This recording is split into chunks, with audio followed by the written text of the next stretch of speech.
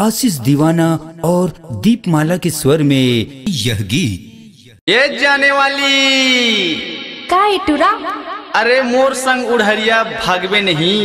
अरे जा रे जा, तो मुँह लपेली दर्पण में देख के तो आ। अरे महू कोनो राजा से कम हो का। अरे जा ना।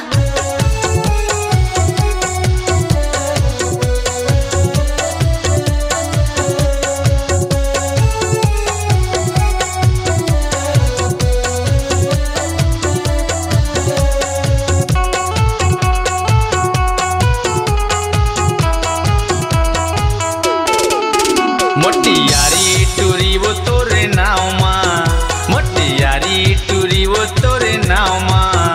मुरमन हम हागे वो टूरी तोरे साथ माँ, मुरमन हम हागे वो टूरी तोरे साथ माँ।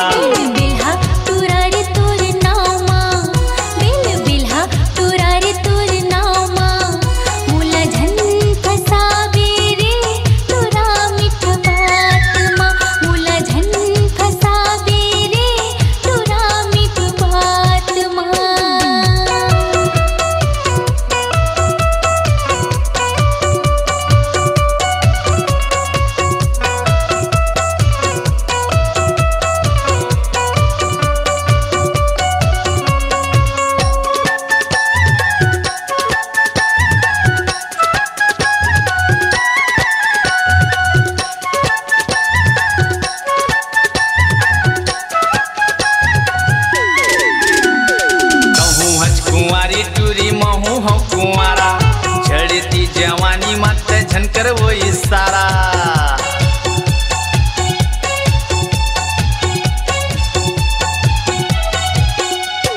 कहूँ हज कुंवारी टूरी महू हो कुंवारा, झड़ती जवानी मत झनकर वो इशारा। मट मठी टूरी वो तोरे नाव माँ, मट मठी टूरी वो तोरे नाव माँ।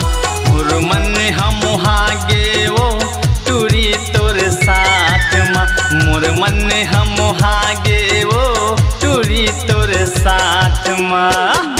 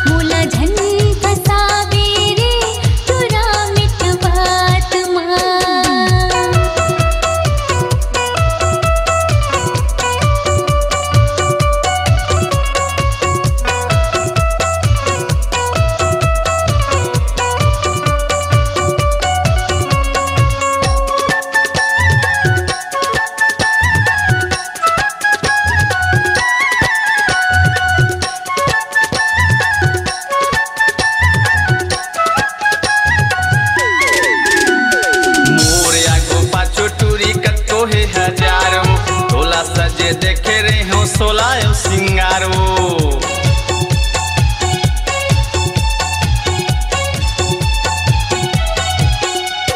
मोरिया को पाछो टूरी कतको है हजारो। ढोला घूमा देखत रे हो सोला सिंगार। मट मठी टूरी वो तोरे नाव माँ, रायपुर हिन टूरी वो तोरे नाव माँ। मुरमन हम हागे वो टूरी तोरे साथ माँ, मुरमन हम हागे वो टूरी तोरे साथ माँ।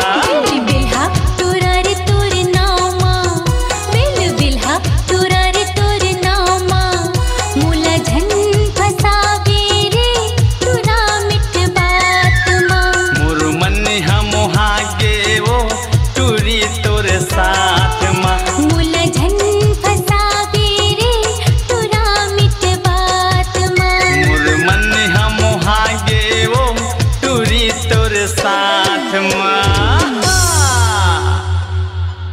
अपनी आवाज को दीजिए एक नया मुकाम। डिजिटल रिकॉर्डिंग की दुनिया का जाना पहचाना नाम स्वरांजलि, जहां गूंजती हैं ध्वनियां अपनी माटी की सौंधी सुगंध के साथ। छत्तीसगढ़ी संगीत के विविध रंग जो पहुंचाते हैं पूरे प्रदेश में डिजिटल रिकॉर्डिंग के संग।